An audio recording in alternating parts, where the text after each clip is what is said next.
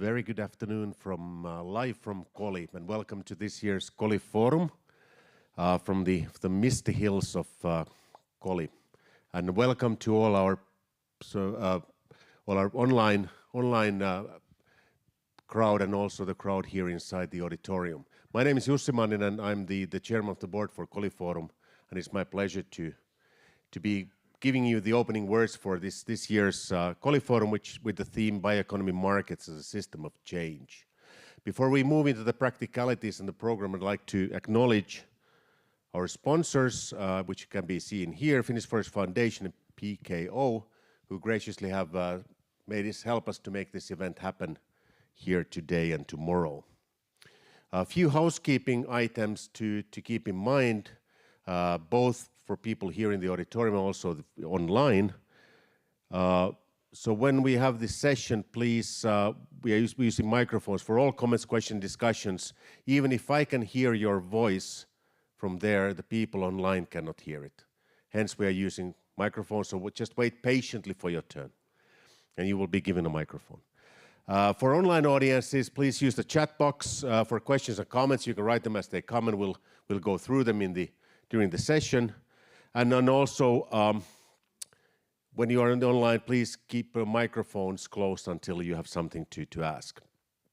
And of course, we are hoping for everybody to be active on social media, and you can tag us as at Koli Forum. So please be active and let the others know that what they've actually been missing. So today's opening session, we will have 3 keynote lectures. We will start with Camilla Sandström, followed by Marianela Pepe, and then Antti Asikainen. And as said, each one of these sessions, after the presentation, there will be a time for Q&A, and we can take your questions both online and also here from the audience. So without further ado, and looking at that we are running slightly behind, it's my pleasure to invite Camilla on the stage, and she will be talking about key considerations for achieving green and inclusive societal transformation. Really looking forward to this. What do you have to say about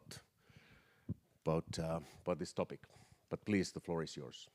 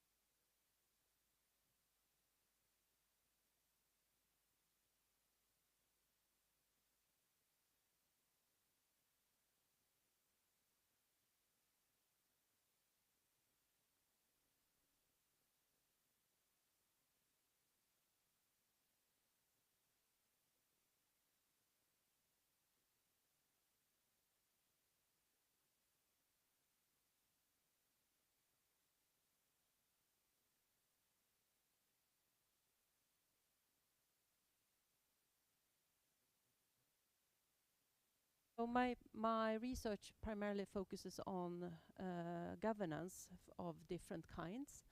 I've been working on adaptive governance, I've been working on collaborative governance, but I'm also now recently been working more on transformation governance or transition governance, trying to understand what is needed in order to achieve different objectives, both on a global but as well as a local level. And the topic for my team, as you can see, is key considerations for achieving green and inclusive society transformation. And as you all know, there is on the global agenda, but also on the local level, there is a call for change in order to achieve global objectives related to climate change, the loss of biodiversity, but also other topics related to sustainability. And this call has really been embraced by young people, and I think we will hear more about that later.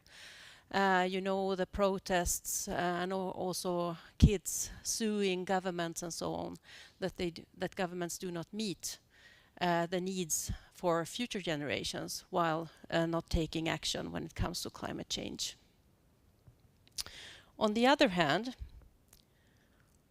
we also see protests against these changes. So while the focus has been a lot on the planetary boundaries, the ecological sustainability, and the need to tackle climate change more in a more comprehensive way, we have also seen protests like on the picture, the yellow vests in the Paris region and also in other parts of the world. And this, we can say that these protests open up another avenue when it comes to climate change and the debate around climate change, focusing also on and including social issues and justice in the discussion about change. So I will, of course, get back to the concept of justice, but before we go into that, I would also say something about transformation. So what do we actually mean with transformation? And transformation is, of course, not something new. We have gone through different type of transformations over the years. They can be often very fast, abrupt, change due to the market changing or something else coming in from the outside and drive the process. But it can also often also last for decades. And it's often based on a need or an identified need for change, and also include risk-taking, leadership, persistent leadership, but also, of course, determination and legitimacy, and also often include some kind of change in power between groups or between regions and so on. And that's also, of course, why it is hurt or painful for some groups or some countries. Jan-Ola Linnér and his colleague has defined these in different type of transformations. It can be gradual, like the Industrial Revolution, where we had a power change from the agriculture society to the industrial society and those groups that were in the forefront there. It also meant that we had also power shifts in relation to or between different countries and different regions in the world. It can be convergent. An example of that is the abolition of slavery, which of course also included changing power relations, and also, of course, justice, and the introduction of human rights issues in relation to, for example, work and also into democracy. It can be emergent, and one example of that is globalization, which we are still in the middle of, but where we also can see changes going on. And all of you who are in business know that the globalization can hit really hard depending on market forces and so on. But also, of course, promote different type of industries depending on where you are and what is demanded for. But all of these different type of transformation is maybe in the past. What we are now expecting, or what is called for, is more of a quantum leap. It's urgent. We need to move faster. We need to achieve the objectives of climate change and the Paris Agreement, of course, and also other international conventions much faster.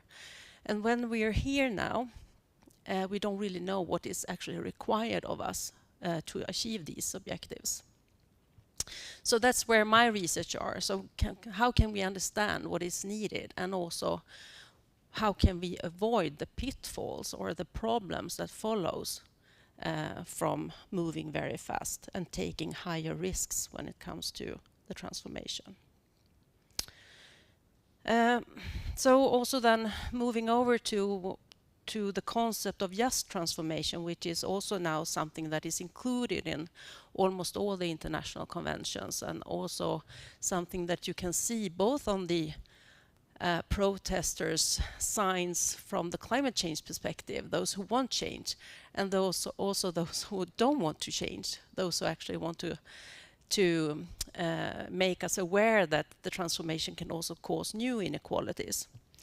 And often one definition is to some extent green, or make the economy greener in a way that is fair and inclusive and taking into consideration everyone, both at the workplace but also in other situations, of course, and not leaving anyone behind. And you can find different versions of this in all the different conventions and all the different speeches by UN leaders, EU leaders, and so on, and also policy documents at the national level.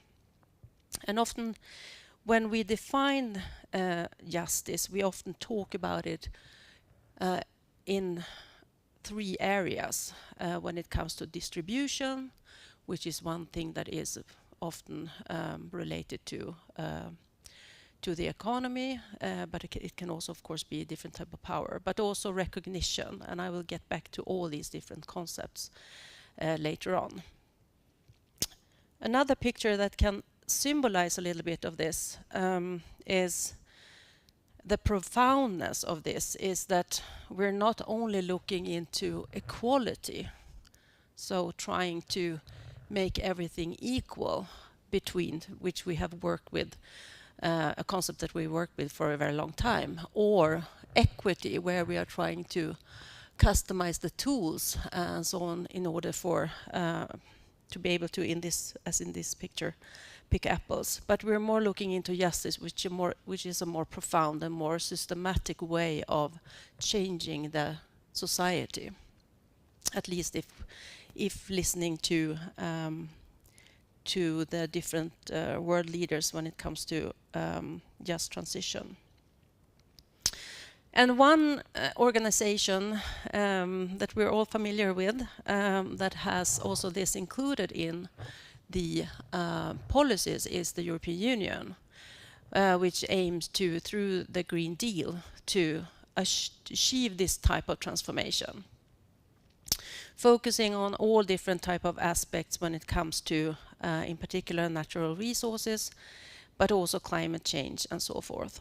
And the reason why the Green Deal came up and also came up in such a pace was because of the European Union, or the European Parliament, calling for the Commission and declaring a climate urgency and forcing the European Commission to define and design policies to meet the objectives of the Paris Agreement. And all of these different objectives included in the European Green Deal is impacting forest and forestry. Some of them more directly, like the ones that concern climate change and biodiversity, but also, of course, energy. But all of the others have an impact on forestry. And this also then means that the forest sector is also in transition and are about to change in order to achieve these objectives.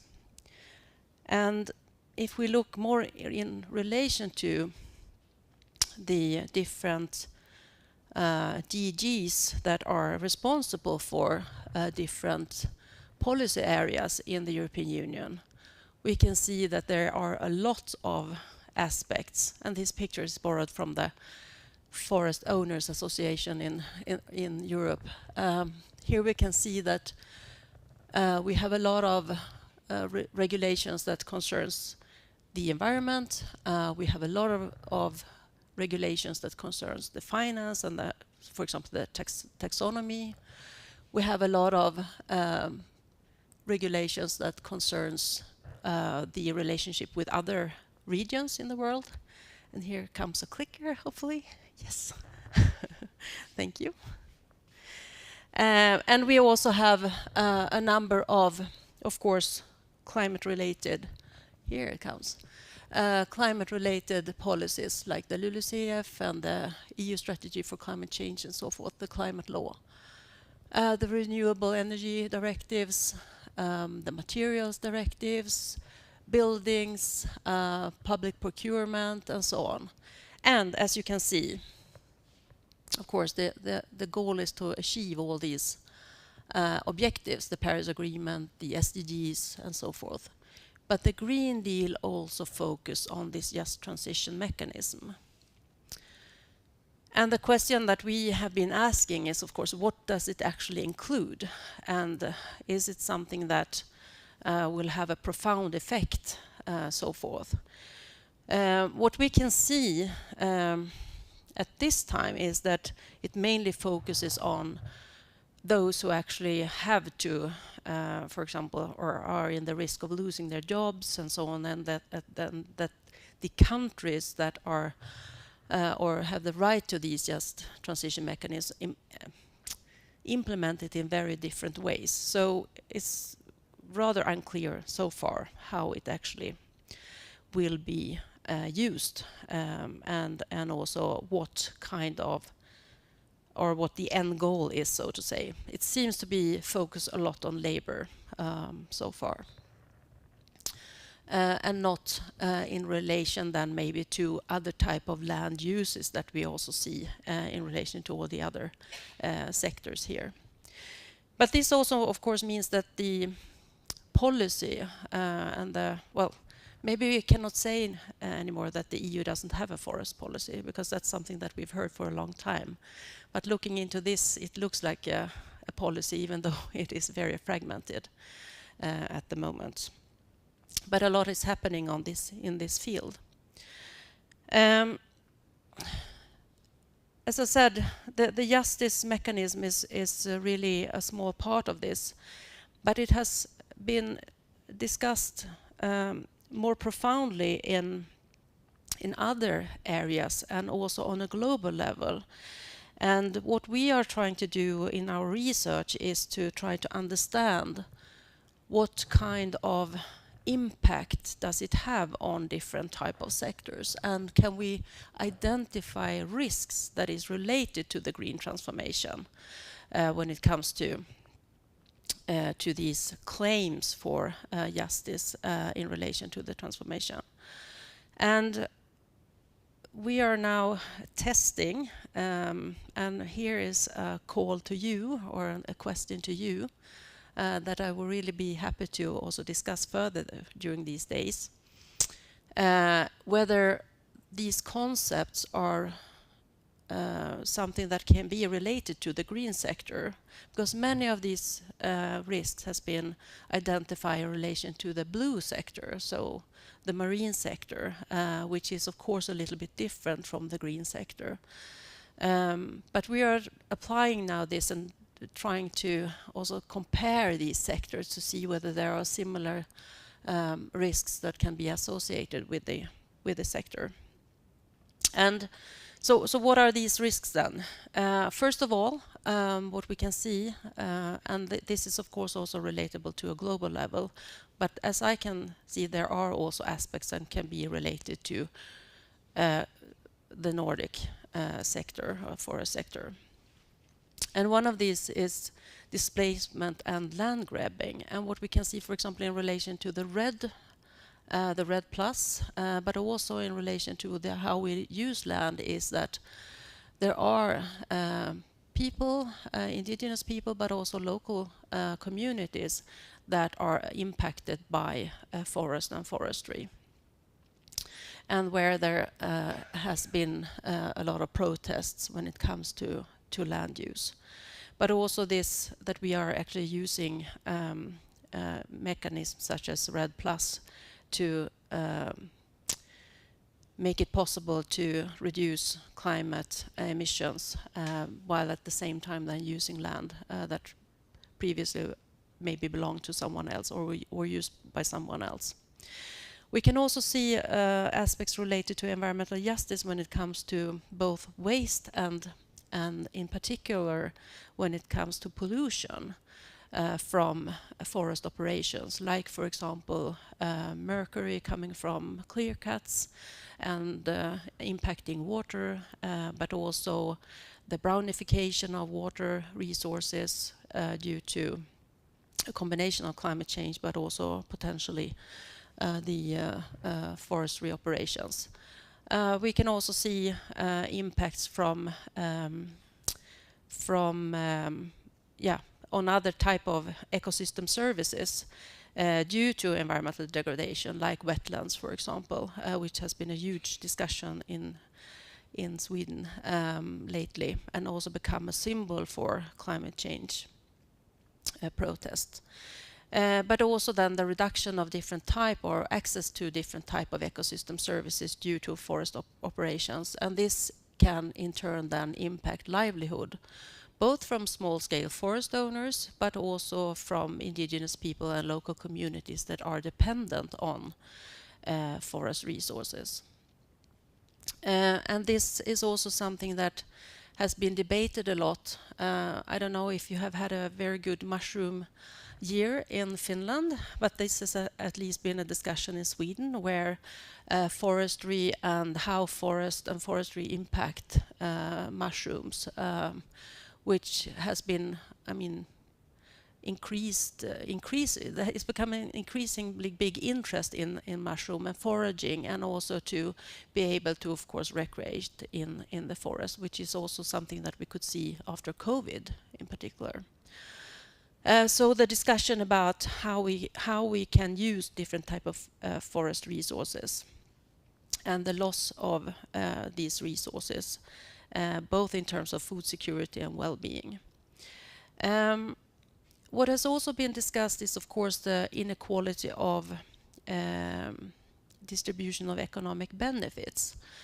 And this may mainly be related to global issues, but what we also can see in the Nordic countries is that along the whole value chain, the resources are extracted on in rural areas, but maybe then brought to more urban areas to be made more valuable or sold. So this transfer of resources to rural areas into more urban areas, both when it comes to taxation, but also how we make use of the resources, is something that has also caused a lot of debate, and of course also then made people move from these areas because they can no longer make a living. But it has also, when it comes to social and cultural values or impacts, been discussed in terms of legitimacy. So if no one is working in the forest anymore, or if all the resources are transported from rural areas to urban areas or to factories that are far away from these areas, the legitimacy of forest operations has also been reduced on the local level. Where it used to be regarded as a very important economic resource for local living, it is now something that is lost and gone to the cities. So here we also have a kind of a clash between rural values and urban values, which can of course differ between countries. This is also maybe in particular in relation to the global level, increased the marginalization of women and women's rights and so forth. But also when we look into the ownership structure of the forest and forest resources in our countries, we can see that there are less women involved in the forest sector, which is of course also something that needs to be taken into account, and which also is related to maybe values and how we value forestry and forest resources. Linking back to the first of these risks, human and indigenous rights abuses is of course also something that that is on the agenda, and also highlighted by different organizations like the IPCC or the IPBES and so forth as something that needs to be taken into consideration. And finally, this means also that we can see a risk of exclusion from decision making and governance when it comes to the emerging bioeconomy.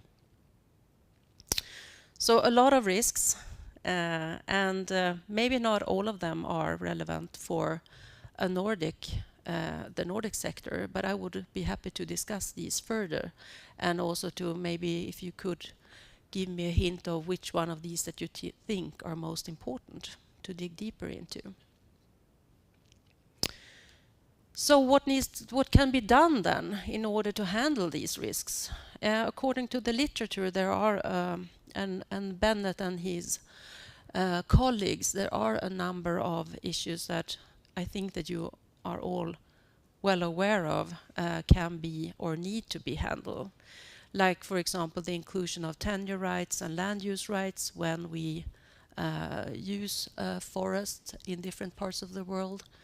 Looking more into environmental justice when it comes to the impacts on, for example, water quality, but also other type of emissions that can impact well-being.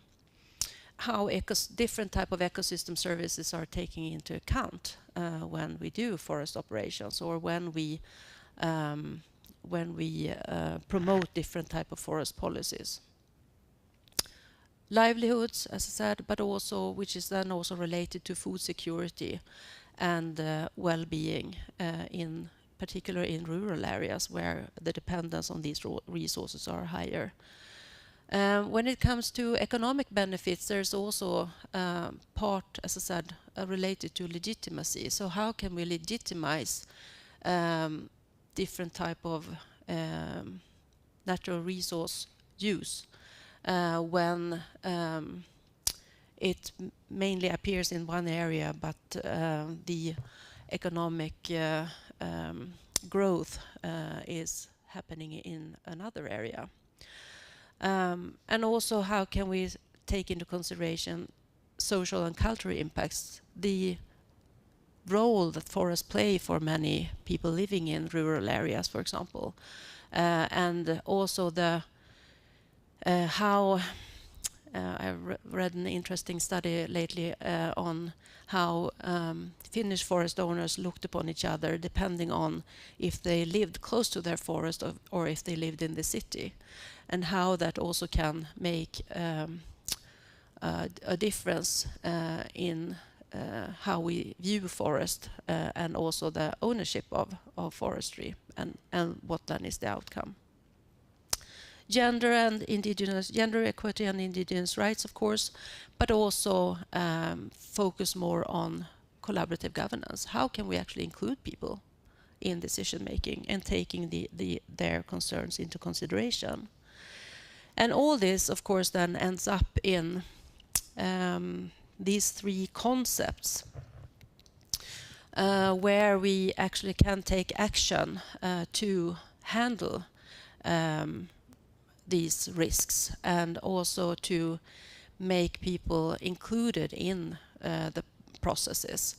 And we have worked quite a long time to actually include people and to develop collaborative governance, and trying to understand how and when can people come in into participatory planning and management. And I think that Finland is far beyond many other countries when it comes to planning and planning processes. So here there is really something that other countries can learn from. But still, there are also a need to develop conflict resolution mechanisms where we have clashes between different groups, or where we also can see that there are protests coming up where we need to weigh and do trade-offs between those who are in favor of doing changes and those that are trying to protect, for example, their heritage or their land.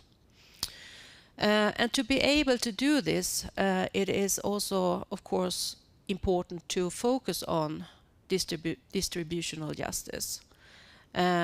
to actually look at the outcome. So who is actually making, who is bearing the costs in this transformation, and who is bearing the benefits from the transformation, and how can we design mitigation measures? And here is, of course, forestry one of the important solutions. So how can we actually be more precise? How can we design forest operations in a way that actually can take more aspects into consideration? So this is also, of course, part of the innovative work where we can see the bioeconomy playing and the bioeconomic actors playing a really, really important role to actually find solutions to this. The third and more profound and basic justice is the recognitional justice. And this is, of course, also something that is necessary to do if you want to distribute rights, but also if you want to include people in decision making. And that is to identify, so who are the stakeholders, who are the right owners, and how should they be included in the work towards a just transformation. And here there is an increasing need to acknowledge both indigenous and local knowledge to be able to both differentiate and take into consideration all the different type of aspects that is needed to define and, for example, be more precise when it comes to forest operations.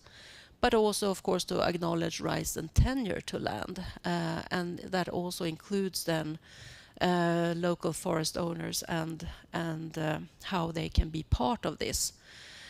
I recently did an interview with one forest owner outside of Umeå, and in this project we're trying to find out, so how can we provide incentives for this landowner to contribute to climate change? So, for example, by offering carbon credits or bio credits and so forth.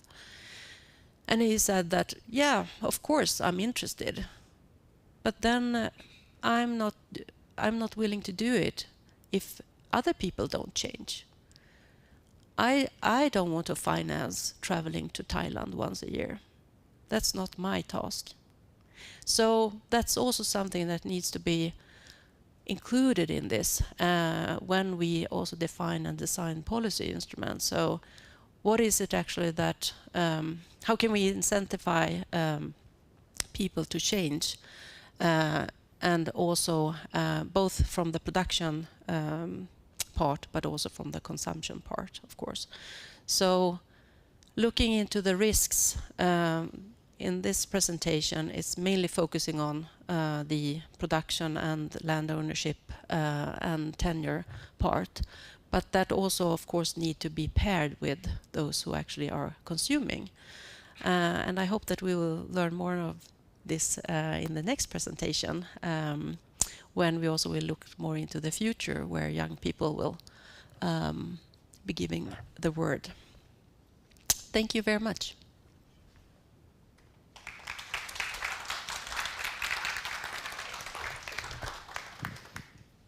Thank you, Camilla. Do we have any questions online? Do we have any people online? Yes, we do. Use the keyboard, write in the chat. Use the time to ask questions. Do we have any questions from the audience? Sixten, let's just wait, we'll get you the microphone. Thank you very much, Camilla, for a really interesting presentation. My name is Sixten Sonabakka, and I'm the former chair of Koli Forum. And my question is actually, how do you see the forest policy in the coming years? We know that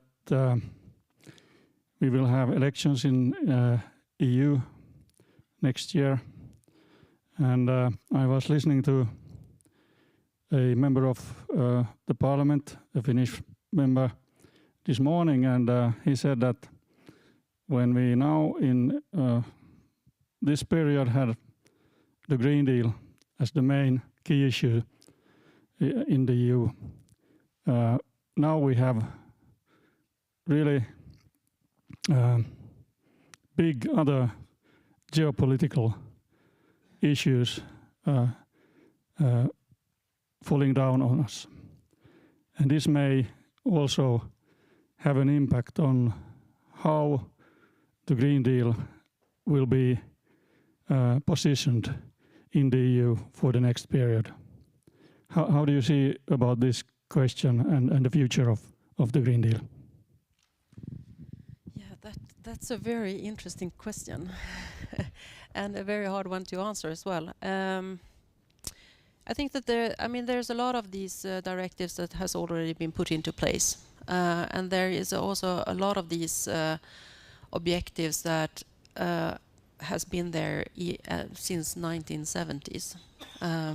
So many of these are actually a way of operationalizing and implementing these, like the Berne Convention, and we have other directives that has been in place for a long time. I think that it's going to be hard to roll it back completely. Parts of it will still be there, but there might be another focus. More on now it's been a very strong focus on the environmental issues and the climate change issues, of course. But maybe we can see a shift towards more productive issues. That's at least what if we look at the countries and the elections that has been recently in the countries, that we can see. But on the other hand, we also know that when people, the European elections aren't similar to the national elections, because in the national elections we vote for the party that we would like to see having the prime minister role or be in government. But in the European elections we vote for those who are closer to our heart. So there's no full correspondence here. But on the other hand, the European Parliament is only one of the actors here, and we also need to take the Council of Ministers into consideration. So, yeah, it can be a even tougher competition than we've seen now. Thank you. We still have room for at least one question. Please, just wait. We'll get you the mic.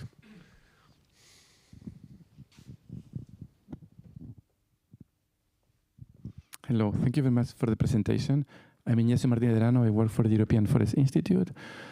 My question was about the risk that you identify for the green transition. That comes from science, I think, is the scientist view on these risks. But reflecting on them, most of them are common to the current economic model. So if we talk about inequalities, if we talk about land grabbing, or let's say risk to rise to local communities, to ecosystem service, all these risks are currently today also in our current system. So I wanted you to reflect a bit or give us a bit more insight on what is more specific of this green transition in this list of risks. What is different from, let's say, our current model?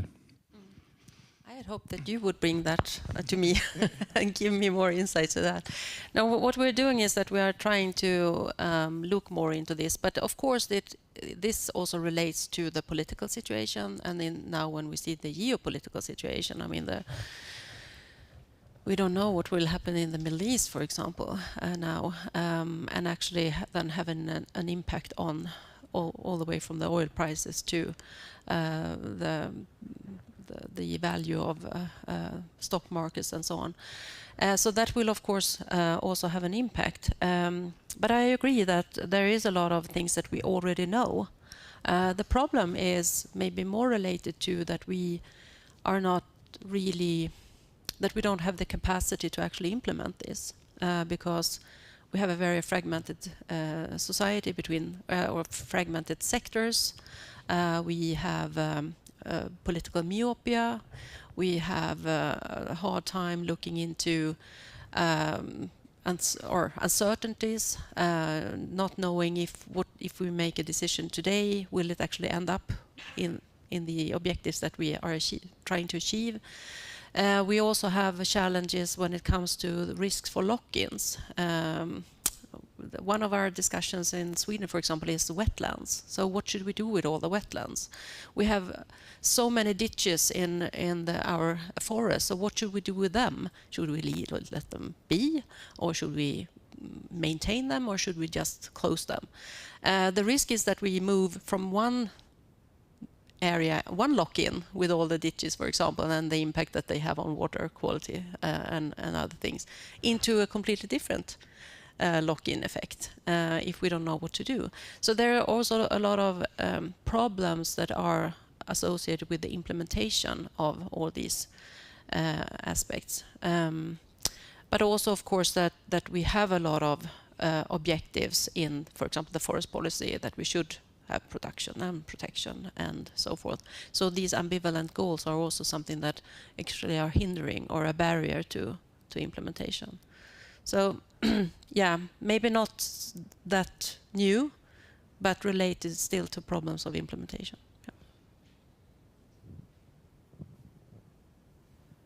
Yeah. Diana still has one question, yes.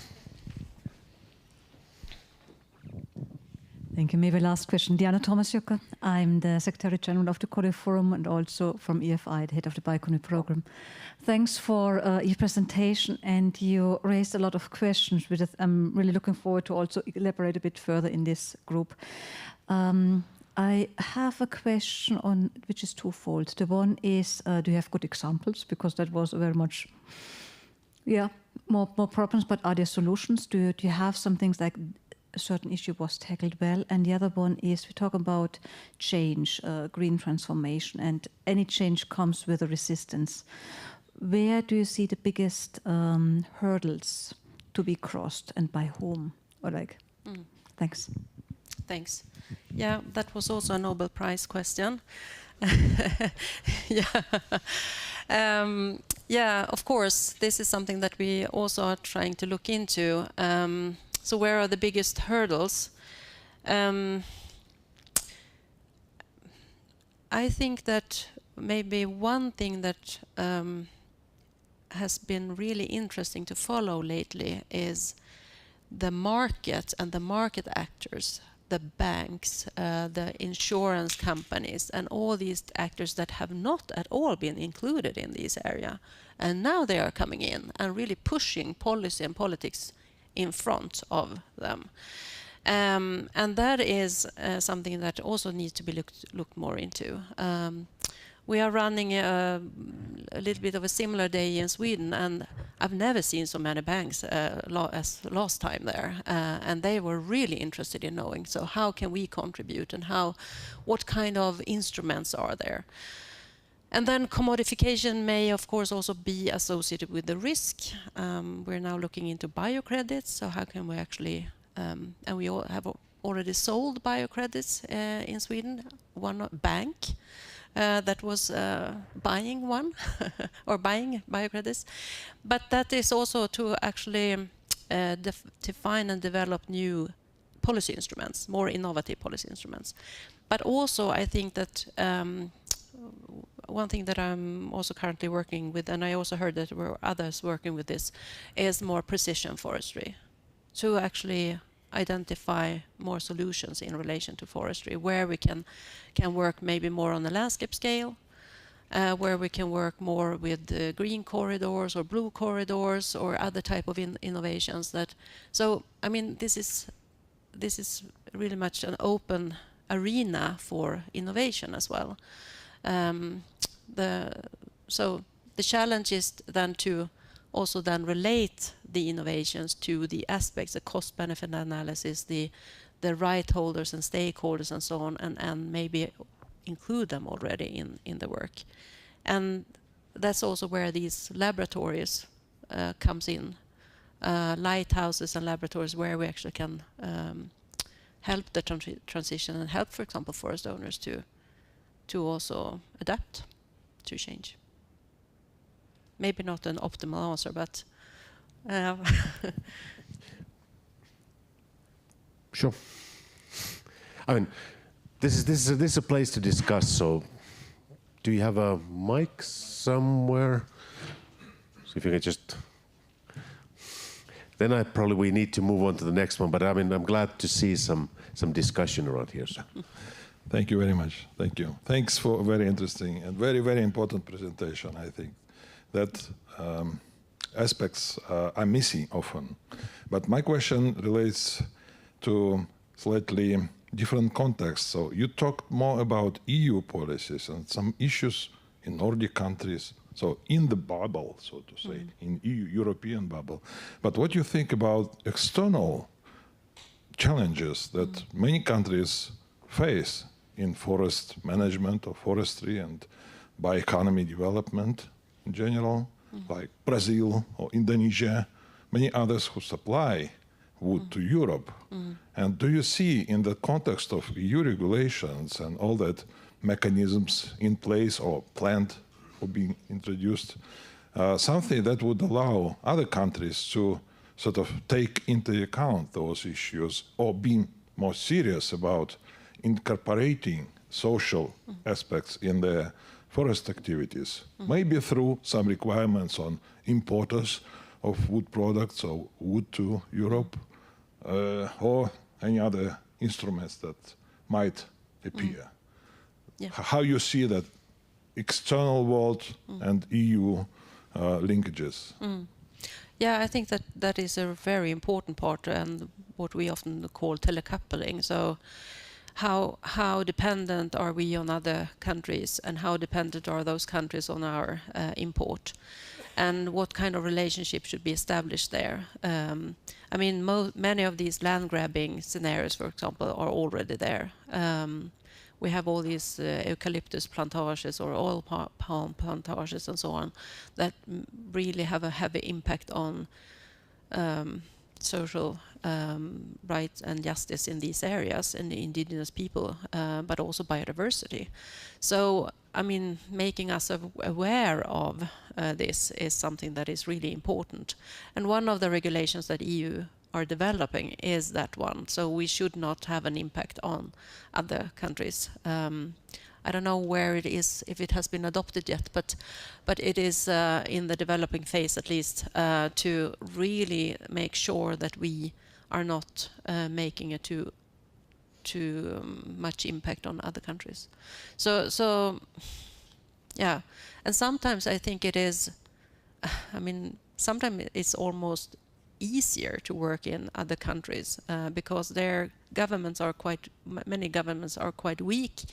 So where we can work more with corporate social responsibility or social license to operate and these type of instruments that are directed to the industries that are in place, and where you can work more together with the local populations. So there are opportunities, but of course there is a lot more to do. I guess also the CSR regulation that's ongoing is sort of affecting what the companies need to be looking at their upstream and downstream, and exactly. that also they will be pushing also these changes to happen. But also when it comes to the taxonomy, for example, the EU taxonomy, I mean, there we will really see whether it is sustainable or not, what we're doing. So, yeah. All right, thank you. I mean, this was a great opening. Thank you, Camilla, and thank you also opening now the discussion here, which I said was the part of it. And let us just give us a second to welcome probably the guest that has traveled the longest distance, Marianela Pepe from Argentina, and she will be providing the voice of the youth. But let's give a second to find your presentation here, and we'll go from there. Let me just close this and close this, and it's which one is it here now? You know which one is it? This one. Okay, I just wasn't finished, so that was kind of threw me off.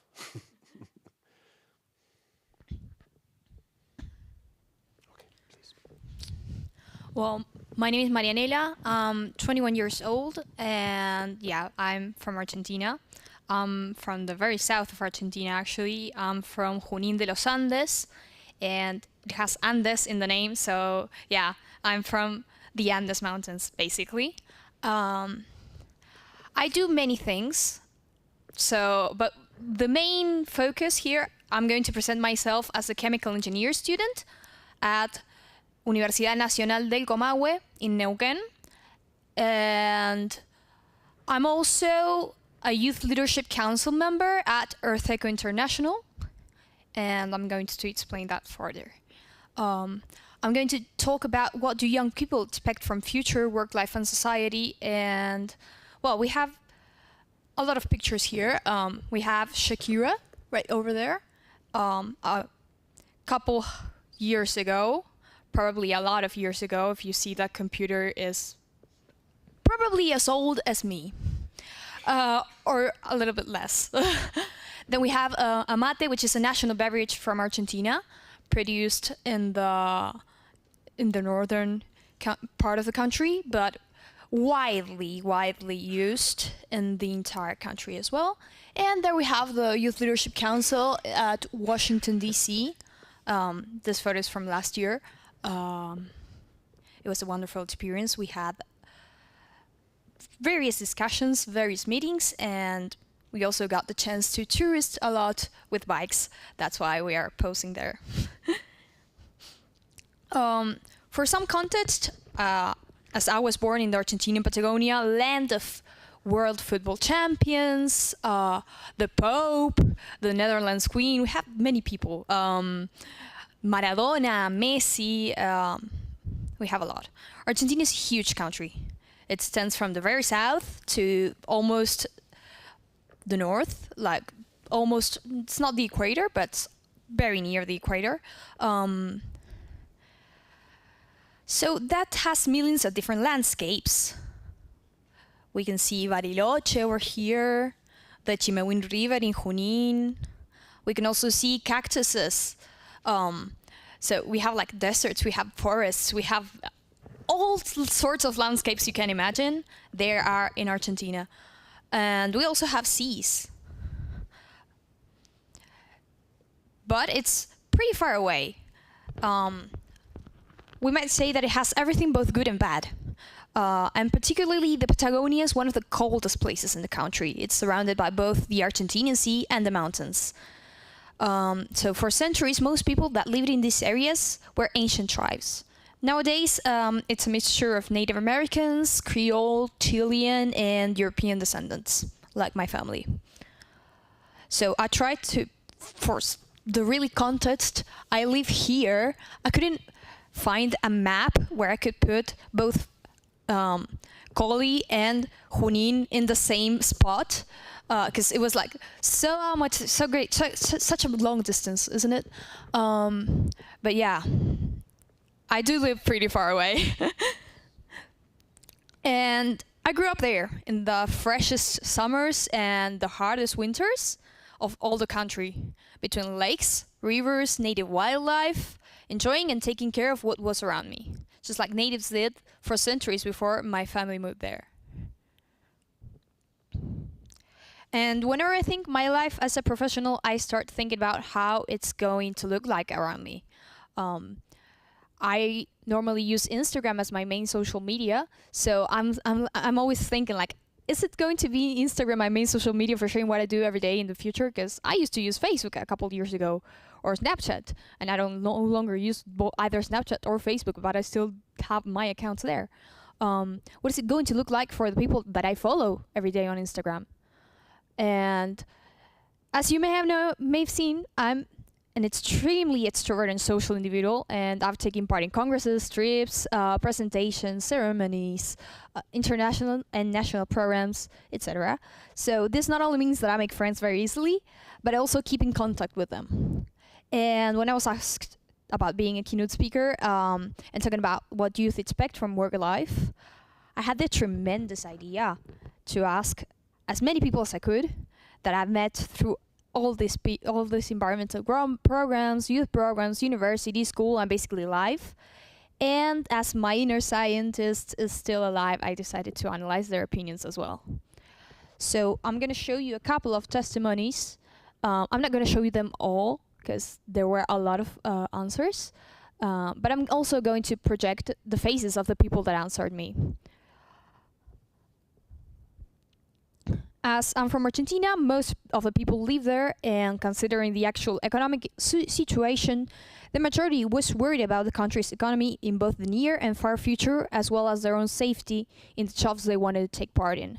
So we have Nacho, Marcos, and Silvana. And basically, Silvana imagines the environment of her future job as opportunities to continue learning, improving in whatever she's doing, and above all, she hopes to be a friendly environment. But she's afraid of not meeting expectations. We also have Franco, Trinidad, and Aldana. And Aldana said that she imagines that it must be closed and very complicated because she's studying literature and she's going to work in an editorial sector. But also a couple of answers that I got from my partners exclusively from chemical engineering. It was attending the nearest university to the Vaca Muerta place. It's one of the biggest fossil fuel extraction zones in the country. I found out that many responses were about working in the fossil fuels industry, which is something that I want to personally do. But it's true that you earn a pretty significant wage, and for Argentina, that's important. As well as that we aren't taught in classes, at least in the first years, the impact that this has on the surrounding environment, and especially on the least privileged neighborhoods. We also have Wada, Abril, and Natalia. And Abril talked about what she imagines herself as a chemical engineer student. And although we have a lot of issues and we live in a privileged country full of all kinds of resources, a lot of our ecosystems are very resilient, and we have kilometers and kilometers of untouched and protected land that we should still care of and still expand the coverage of its protection. We also have Josefina, Guadalupe, and Valeria. And Valeria said, as a physics student, and it's hard for us humans to contemplate the relation between healthy environment and a good economy, especially in our daily lives where we are too busy thinking about how to bring food into our tables, and particularly when your currency keeps devaluating a lot. But there is. Droughts in Argentina, for example, led to millions of losses in crops, therefore in food and money, and still something that could be too obvious, but we still can't relate immediately. As well as, for example, right now there are happening forest fires in Córdoba, in the middle of the country, and millions of people and merchants and basically humans are being displaced of their place because of those fires. And in this economy, they are being displaced of these fires. Because of these fires, it's a lot. But I also asked some of my international friends that I have around the world, and most of them reached to a conclusion that if we keep maintaining this infinite resource lifestyle around the world, youth will grow in a hostile environment, in a polluted environment.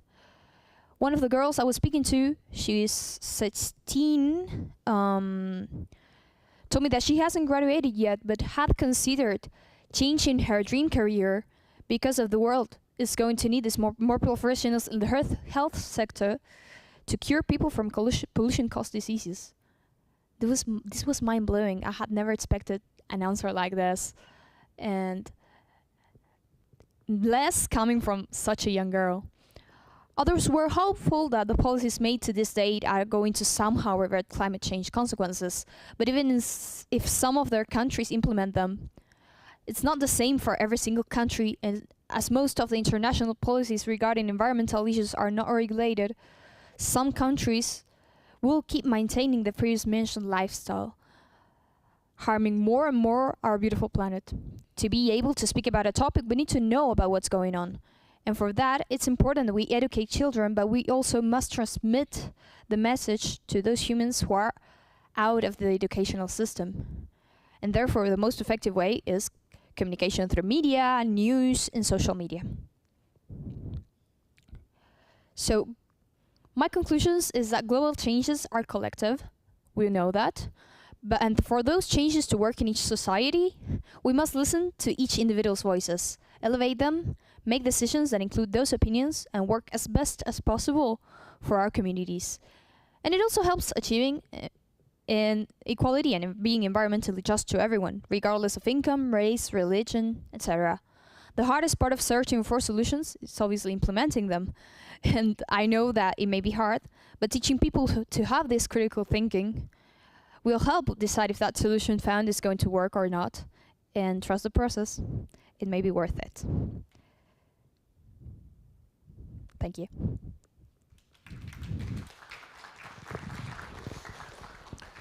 Thank you for your message, and thank you for traveling this far and letting us to hear the voice of the youth. Do we have any questions online? But we have here, of course, the first. Diana is going to open the question session here. And Thank you very much for this introduction, Marianela, and thanks for coming all the way. Maybe also a bit of a background, like how did we get someone from Argentina to come to Koli? Well, I think the answer is ENO, and you've been very active in the ENO network. And now looking, you have talked, you are very active in this like international group of people who have a very high consideration to environmental issues, but also realistic, as I said, towards growing up, like you need to eat, you need to find a job, you need to have perspectives. What do you see is the value of initiatives like this international initiative, this like the ENO initiative, like other exchanges with youth like-minded? Do you see them worthwhile, or would you wish for something else? I think these values kind of stick with you through life. I don't imagine myself not having participated in ENO, for example. Obviously because my mom used to participate a lot in ENO, and that's why I ended up here as well. But also because I don't imagine myself outside of something not related to environment. I mean, even if I work about other topics, other stuff, I will still care about the environment, and I still do. Like I'm studying chemical engineering, and I'm a student. I don't work. I don't go to other places. So, but I still care about the environment, and I still say if one of my partners is throwing something outside of the bin, I will say pick it up and put it in the bin. Yeah. So yeah, I think it sticks with you, and I wish that more people could participate in this kind of programs, because it has to be something that we should all think about the entire time, because we live on this planet, and therefore we must take care of it as a whole community.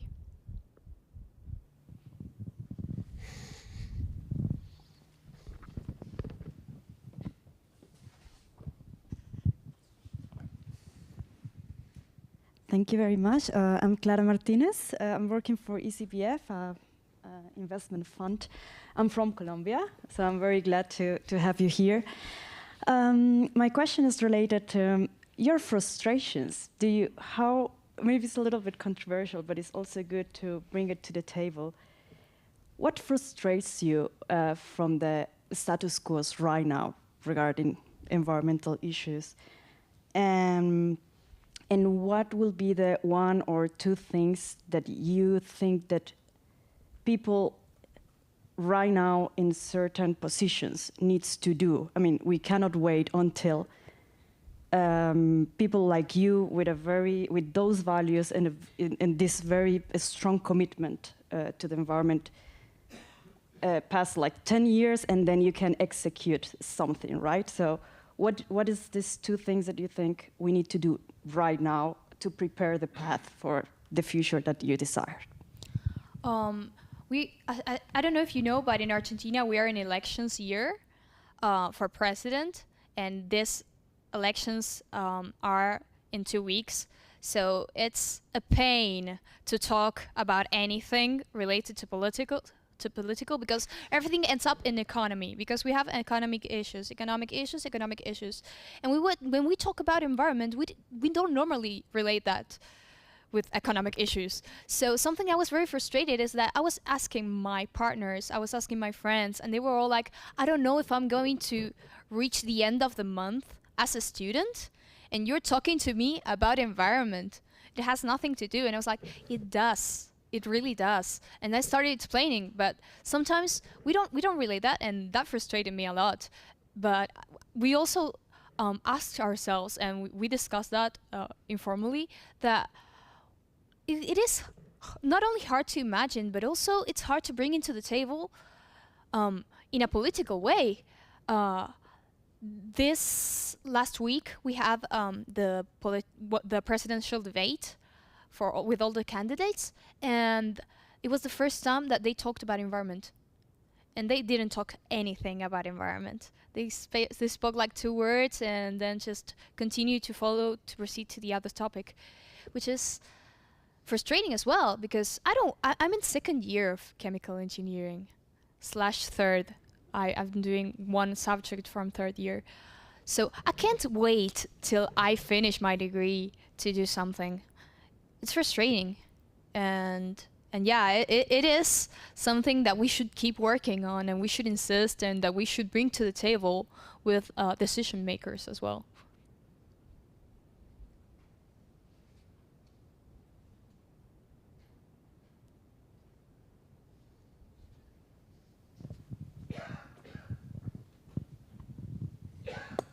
So thank you. Erik Bengtsson, I'm from Sweden.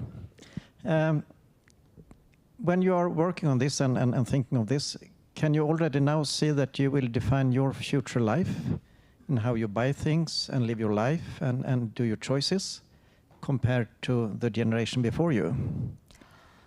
I'm kind of like bouncing between generations, because I'm not millennial, but I'm also like kind of not Gen Z.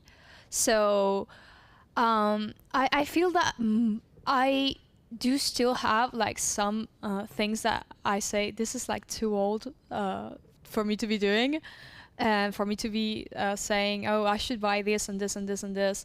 But also like,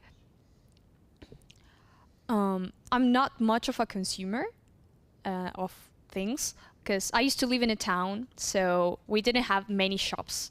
And I grew up with that thought, okay, like I'm going to the supermarket and I'm coming back, and that's the only thing I buy once a week maybe. And it's just maybe some fruit, some vegetables, and that's it. Probably some meat once in a while. And I think that compared to my friends, for example, who grew up in cities, because I'm living in a city right now, they grew up much exposed to consuming everything, including everything that has plastic on it, or everything that is not so green, because in Argentina it's not really popular, or those products are too expensive compared to the cheapest ones who are made out of plastic. And I think that sometimes I try teaching them or like helping them with that, because they really are consuming way more than I do. Like I've seen friends that go to the shopping like 3 times a week to buy stuff that they don't need and they are not going to use ever. And it is a big issue. It is a big issue. But I feel like I see myself just probably more often going to the supermarket and back and forth, but just that. Actually, as a follow-up and a kind of a teaser for tomorrow, we'll be tomorrow actually having a presentation on social media and how it actually sort of influences our behavior. And I mean, how do you see it actually as a very active user of social media? Is social media sort of is it helping to sort of distribute the values that you have, or is it more sort of taking us towards consumerism because you want to look good and have the latest things on your... What is your take? I think my take on social media is that it depends on what you want to follow, what you're exposed to. And I found out every single time I share my screens with my friends that they will have more clothes and more makeup than I do. I have science memes. And probably one piece of cloth that I may have seen before, but I'm not going to buy than my friends who will have like all clothes, and you keep scrolling and you keep finding clothes that maybe they haven't even bought. But as they follow many clothing shops, they do see more clothes. And for example, when I try sharing my stories about the environment, if I'm not traveling and I'm at my space, I get like a shadow ban from the social media. Like, fewer people see my stories than if I'm traveling and I'm showing like, oh, look at this. Like, for example, I was talking today and saying the train has a restaurant. In Argentina, we have trains, mostly in the Buenos Aires region, but they are old trains, very, very old trains. And even I haven't tried an Argentinian train, but I've been here in Europe and I've tried European trains, which is crazy for me. But I was talking about that, and I was saying it is the same distance from Helsinki to Joensuu that I do from my hometown, Junín, to Neuquén, which is my university. And I've paid double for this ticket than I do for the bus from Junín to Neuquén. But in this train, I could get food. In the bus, I couldn't. And I was like, would I pay double the ticket for something that I do not have access to normally? Probably not that much.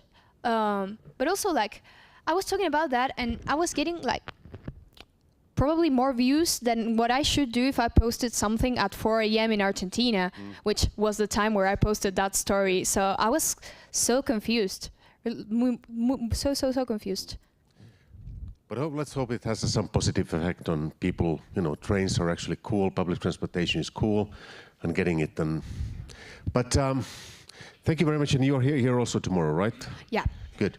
So I expect sharp questions from you, both today and tomorrow. I will. Thank you. Thank you.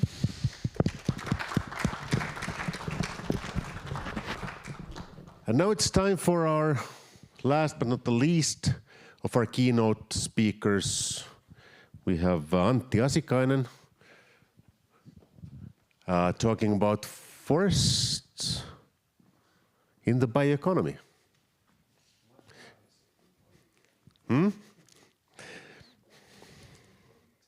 So let me just change the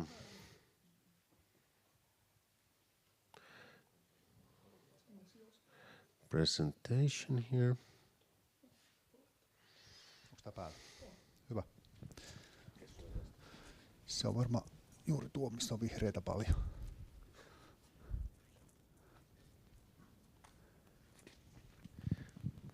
Okay.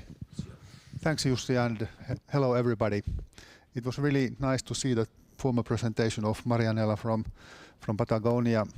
I visited it just before the pandemic. We were looking at the possibilities of use the wood from plantations to produce bioenergy near Bariloche area. And there were plantations of Western companies. I think it was Benetton who has purchased land and planted their forest, maybe for carbon, maybe for raw material, I don't know, but they didn't know what to do with that forest when it was growing and getting denser and denser. And so easy solution is to burn it for energy, of course. But I'm talking about forests in bioeconomy. This presentation is pretty Eurocentric, Nordic-centric, but some aspects also from global perspective. These are two very colorful pie charts about the bioeconomy in European Union and in Finland. And just to illustrate that, in EU the share of forest-based bioeconomy of the whole bioeconomy, including food chain and fish and so forth, is maybe less than 20%, whereas in Finland and also in Sweden, I assume that it is well over half of the value added. But what's happening in the forests of European Union? This is a publication or data set published by the European Forest Institute. The forest area has been increasing since 1950s. Growing stock in the forest has been increasing, and also net annual increment. And finally, the wood production, meaning the annual harvest of wood, has been very rapidly increasing since the year 2000, and I would be pretty sure that predominantly this is resulting from the fact that forests of the Eastern Europe have been started to being utilized more intensively. However, in recent years in Finland, for instance, we have been intensified wood harvest quite a lot due to the really good demand for wood. During the post-war period in Europe, we have been sort of getting used to the idea that forests are growing every time better year after year. And this has been the case till the September 2013 in Finland, when the forest growth started to decline gradually. And surprisingly also in Sweden, September 2013, the same story. Forest growth saturated and then started to decline. And in Norway as well. In Finland and Sweden, we are harvesting quite big share of the growth. The margin or the between these two is fairly slim. But in Norway, it's much larger. They are harvesting only half of the growth, and it has been the case for a long period of time. But then again, same year, and of course it's not the September, but decline started nonetheless.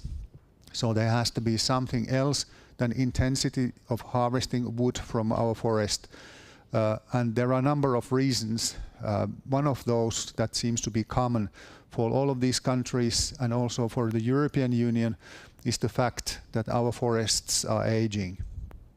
It feels like we don't have old forest, an old growth forest in Europe, but let's say late mid-age forest we have a lot. And as we people between 55 and 60 or 70, we don't grow any taller. Thicker we do grow, but it is very different than in the age of 20 or below, when the growth is really rapid. And European forests have grown old. On top of that, there has been periods of very dry seasons that have been reducing the growth, inducing very severe insect outbreaks. And my Norwegian colleague responsible for national inventory said that it may be the building of free time apartments, new properties, not only on the top of the mountains, but in the forested area, that is now leading to loss of forest land in Norway. But so we can't rely on the eternally growing forest land to add value to our production. Here we have the value added of forest, wood products and paper in Europe. The most darkest color down there, it is forestry. Then comes wood industry and pulp and paper on the top. And as we can see from the housing crisis 2009, it has been a steady growth. But at the same time, the wood harvest, the volume of roundwood that we have been using, has been also growing about the same amount. So added value per kilogram has not changed at all. We have been just harvesting more wood. And in Finland, we faced the fact that we are in a situation where in 2019 the value added was below 10 billion euros in forest-based sector, and the red line, what we are seeing there, 14 billion euros, dates back to the year 2000 when the paper industry was doing really, really well in Nordic countries and in Europe as a whole. But then came digitalization, digital media, you name it, and all of a sudden the printing papers and then newsprint and then printing papers, glossy magazines, they were not at all interesting. And what we are aiming to do is to double that. This is two scenarios how we could do that, but to make a very fuzzy picture simpler, maybe the textile industry converting the old paper mills, pulp mills to produce textiles to replace plastic-based solutions, and cotton could be one solutions to increase the value added in Finland and also in other countries interested in that kind of technology. But really the paper was the golden era for the Finnish industries in the past.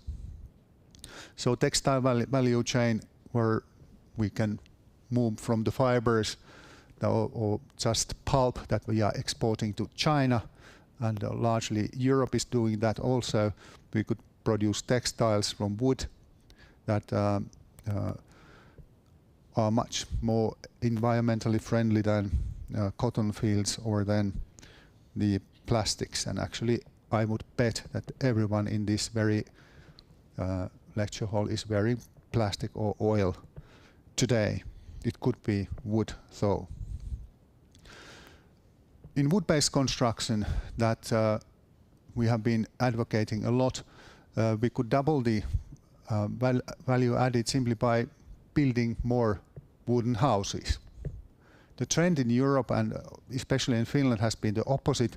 We are building practically all small houses, and also our huts or the mikä on kesämökki cottages, summer cottages of wood, and their construction number is decreasing, but luckily the block of flats made of wood are their number is increasing.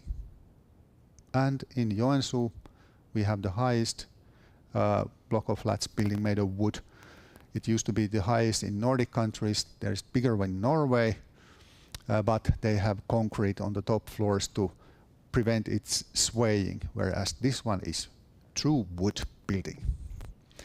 And the more interestingly, I'm not a photographer, but we had a shabby journalist coming to Joensuu a couple of years ago. He came in mid-July. Everybody was on vacation, and he came. Somebody called me that Antti, you are on vacation, but could you come to show him around? And I was really thinking that I will say no. But then I thought that okay, it's anyway a very short period, and I took him around, took him to Metla House, which is a wooden building, and then to this lighthouse called wooden building, and he asked me questions. We went up by the elevator, but he didn't take any photographs. And then he disappeared. And somewhere just before Christmas, I got a message or email from National Geographic magazine that now we would need a picture of that, a photograph of that building. And I thought that, okay, there are plenty of photographs in the internet, but I don't have publication rights, and therefore I took my camera, the tripod, and spent a few hours taking a lot of pictures of that house. And now there is a picture taken by me in the National Geographic magazine. I'm very proud of it, but as I said, I'm not a photographer at all. So what are the factors of growth? There is high added value that we need investments. I'm not sure if I have investments that we are going to spend in wind power in later of this presentation, but it's about 20 billion euros that we need for doubling the value added of wood-based sector in Finland alone. We need pulp and lignin further refining. We will discuss more about that in the panel, and then maybe bio-based CO2. And good old bioenergy, we are using wood so badly. Actually, it's demolishing of wood, and then as a byproduct we get some electricity and heat. And now I'm especially talking about furnaces and Central European systems. But even though in Finland we could get 10% more out of the huge mass of wood that we are converting into the energy. Finally, a couple of words about forests and climate. The green line shows the development of the forest carbon sinks, and the closer to the zero line we are going, the worse the situation is. And that red line tells what is the target for European Union in 2030. And the dotted line is the whole land use sector, including also farmland. And at the moment it looks that the whole trend is going to the wrong direction. We are not able to meet the carbon sink targets that EU has been setting. And even though we have really ambitious policies and actually a plethora of the policies, not much is happening in practice, or there hasn't been really investments to create more carbon sinks.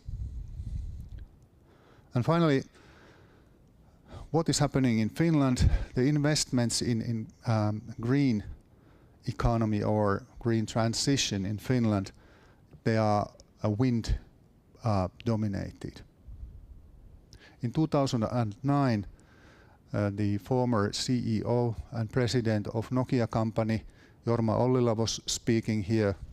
He was at that time the member of the board of Royal Dutch Shell, and he was advocating, and this is my interpretation, I'm not saying that he did, but my interpretation was that he was very critical towards electricity production and wind power.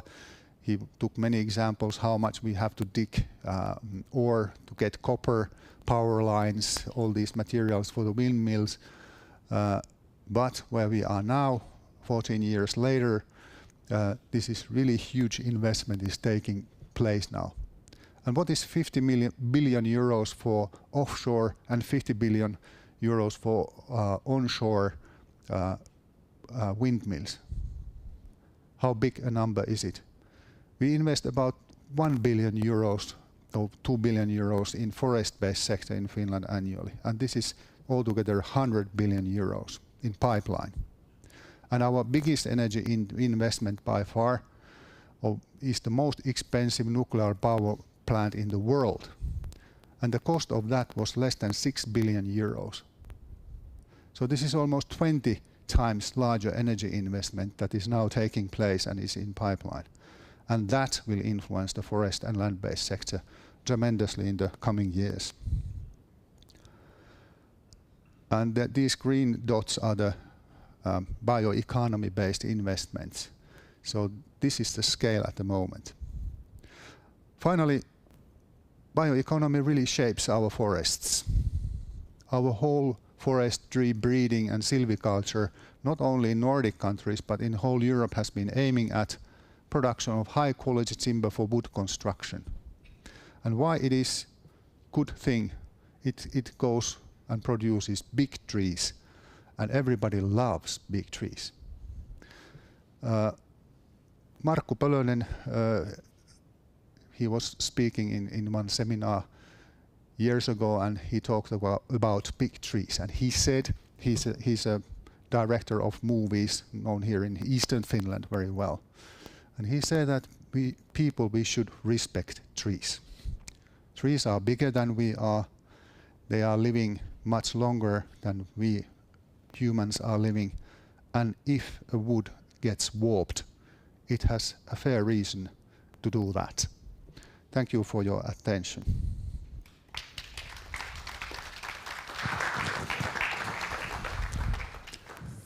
Thank you, Antti. And now the floor is open for questions. We have plenty of time here, so you can also think that if you have also questions for the previous speaker, we can also take them here.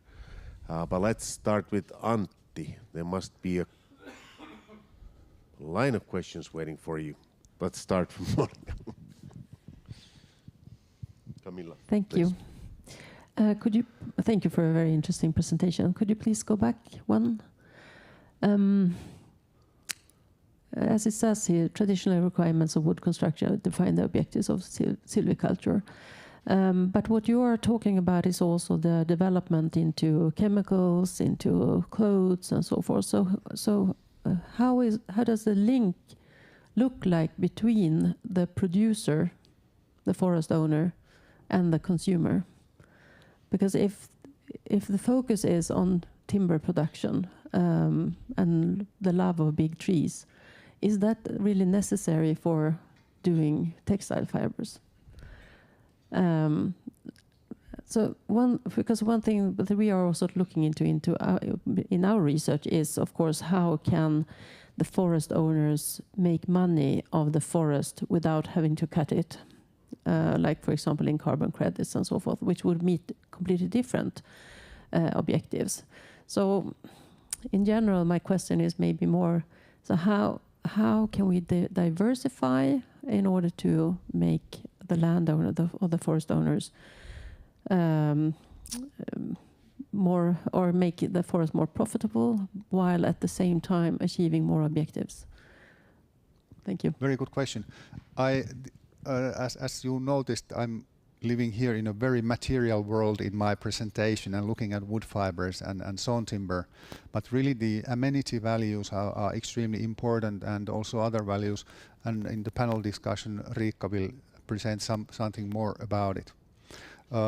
Carbon credits and also trade of environmental benefits are coming, I'm sure. But I have two critical comments on especially the carbon credits. At the moment, the carbon capture over the longer time, both in the farmland and also in the forest, is a pretty risky business. And it's the more you have, let's say, biomass per hectare, the more you have dead wood. Maybe from biodiversity perspective, that is really good. But when you are going over a certain tipping point and in the current climatic conditions, your carbon deposits can vanish into the air. And that was actually happening in Patagonia. There had been land fires, and they wanted to do something to reduce the risks. But definitely amenity values, carbon credits, there's a lot of talk about carbon credits, but how credible an investment and what's the risk, it is still a big question.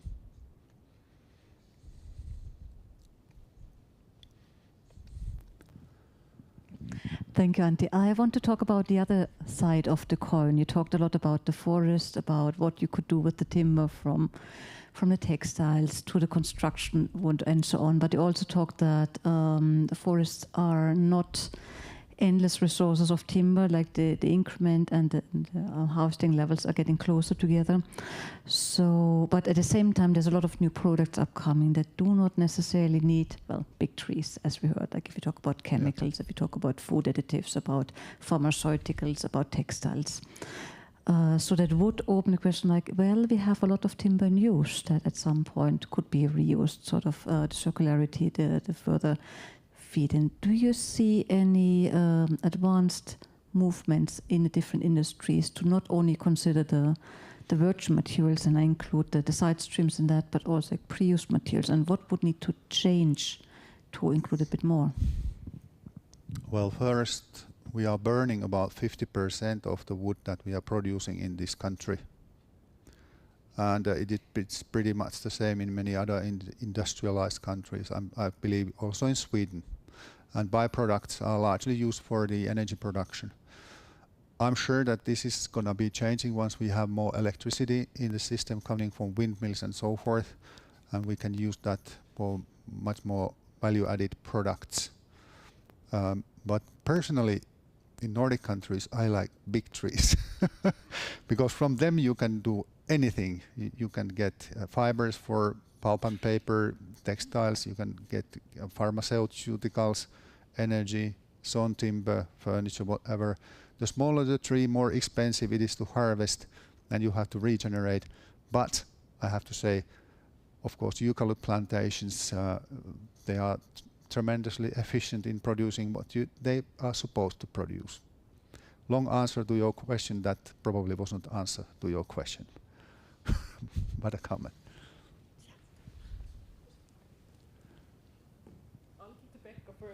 Yeah, Pekka has been there a long time. Yeah, I've been queuing so long time. Thanks for this.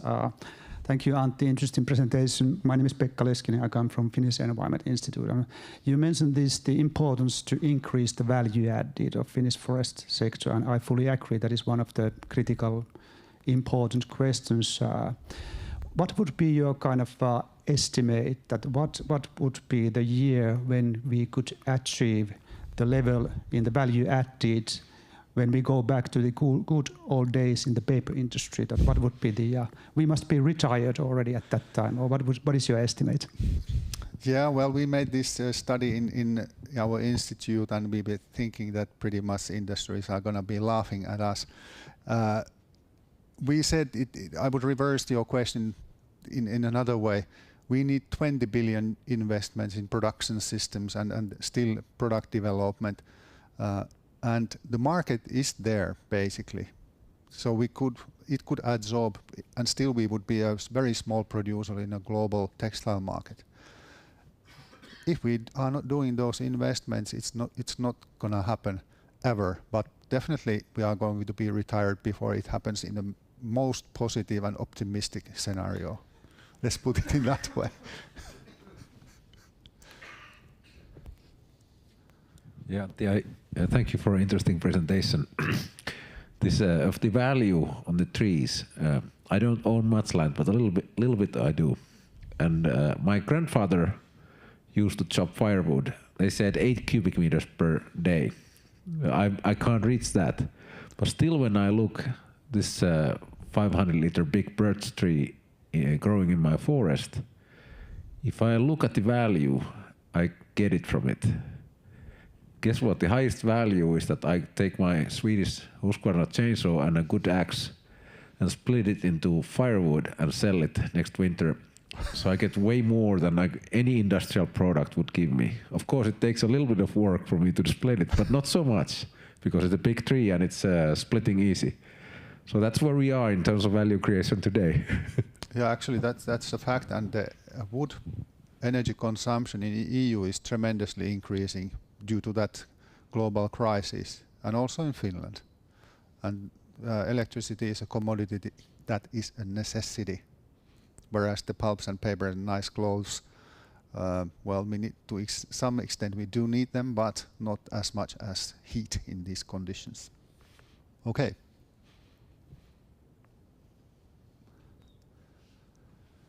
Yes, thank you so much. I want to go again to this circularity issue in a context of, let's say, tight supply or reduced possibilities to increase a lot in new harvest.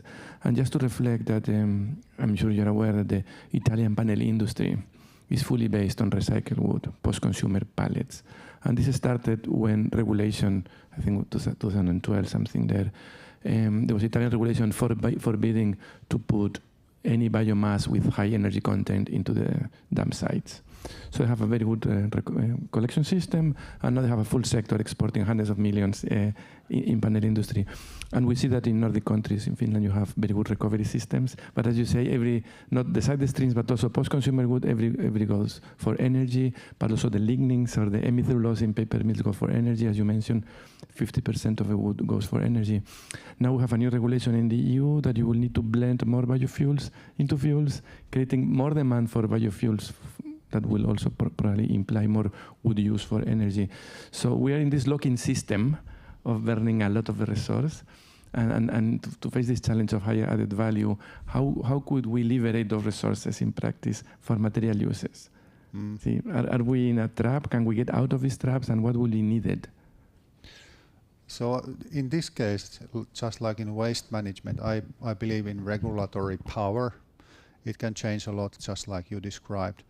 And the good old particle board that is really based on recycled products and scrap wood from that doesn't fit to the other industries. It has been a very sort of success story of circularity. I think that it's regulation, but in the end of the day, there has to be markets for that kind of products, and consumers have to love them. And right now the particle board in Finland, I don't know why, isn't very much favored. We are using gibsonites or whatever these stone-based products in our walls, interior walls.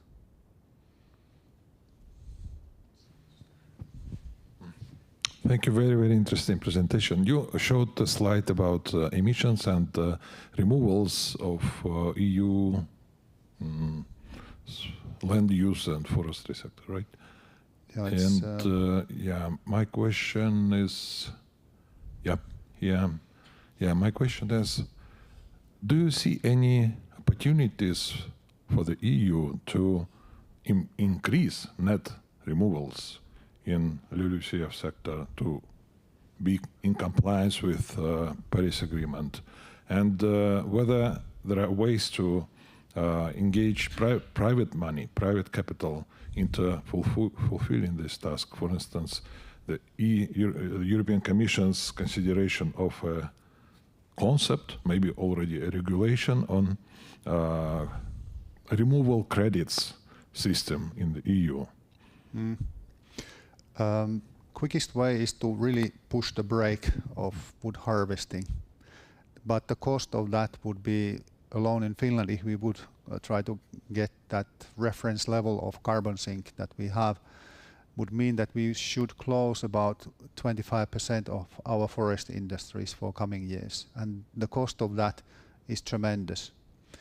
The same story holds with other European countries. By reducing in the short term the wood harvest, that would be one way, but it's extremely costly, and then in the long run, if we don't regenerate our forests, the total growth will decline pretty fast. So it leaves the maybe one of the biggest possibilities is quite large afforestation programs, and we should actually intensify our forestry. But right now the trend is exactly the opposite. So I don't have really good, I don't see any really good and rapid developments in the near future. I think before we let Antti to ask this question, I think we get back to the forest owner in Umeå. That why would I sort of have to increase on my sins, because basically you are absorbing other people's sins, right? So we should be working on the sins. Yeah. Hi Antti, my name is Antti Tahonen and I'm with VTT, but also formerly with the Finnish Forest Industries Federation. So thanks very much for your interesting presentation. I liked it because it had numbers and it talked about value add. Very concrete and understandable. So my question relates actually to regulation. Since my lobbyist days, lots has happened in Brussels specifically, and there are things on the table and that have already passed also into action, like the taxonomy for sustainable financing or the reforestation initiative. There are things on the move that would like to see 30% of the forest areas in each member state being protected and so forth. So there's this whole bunch of regulation in progress as we speak. How would you say will that affect the numbers? Some of the sort of key insights from your perspective. How would that change the picture that you've showed us?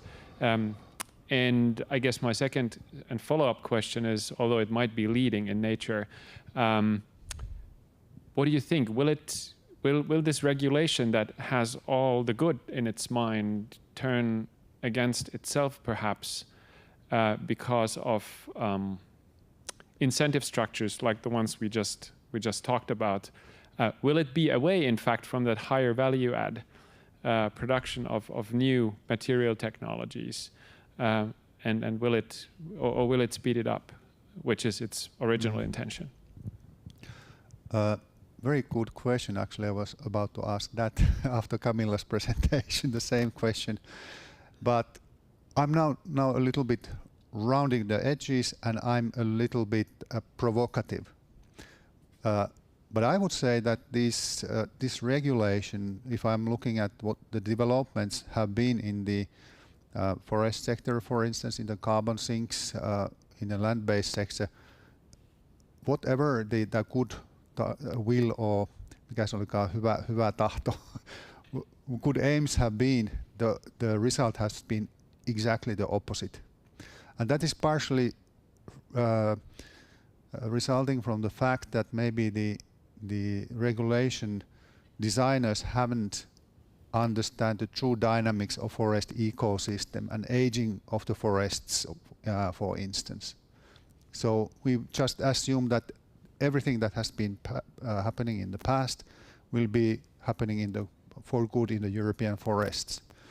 So the regulatory power of different actions, and they haven't been actually very long time in place by now in terms of the rotation of the forest or age of one age group of the forest, they haven't really influenced very much to any direction, as a matter of fact. Maybe it has been the blunt market forces that have shaped that curve most. Thank you. I am Sari Koivula from the Regional Council of North Karelia, and I would raise a question. You showed these huge investments to wind energy, wind power, and that goes actually to a little bit to the theme of the first session, sustainable land use, because solar power is now rising a lot. And hundreds of hectares of forests, well-growing forests, are destroyed in Finland due to this. There are several examples in different parts of the country. How do you see because to me it seems idiotism, and at least when we are talking about adding value for forestry, because it puts more pressure to forestry, forest silviculture, forest use. When we are losing forest area, we are creating forest loss actually due to energy infra. And how do you see what can we do in this situation when we are talking about adding value from bioeconomy? Not much really. What we are seeing now, it is a huge wave of investments, and we can try to minimize the adverse effects by better placing of these areas. But in last weekend's newspapers, it was very simply explained that why it is nonetheless very good idea to build a solar park in a full forest. If you have a 400 kilowatt power line next to your forest, there you connect it, and it's a huge cost to bring it further. For instance, build in some other place where there is no forest. We are losing land, we are losing production capacity, we are losing carbon sinks, and we need to have a really careful cost benefit and biodiversity loss analysis to estimate what we are willing to pay for this. But it seems that in this geopolitical situation that was referred in the previous presentations, Western world is doing quite drastic changes in energy sector. Thank you, Antti, and I guess we need to start wrapping up this session. So thank you for all the online audience for being with us, and of course thank you everybody here in the audience, and thank you especially Camilla, Emanuela, and Antti.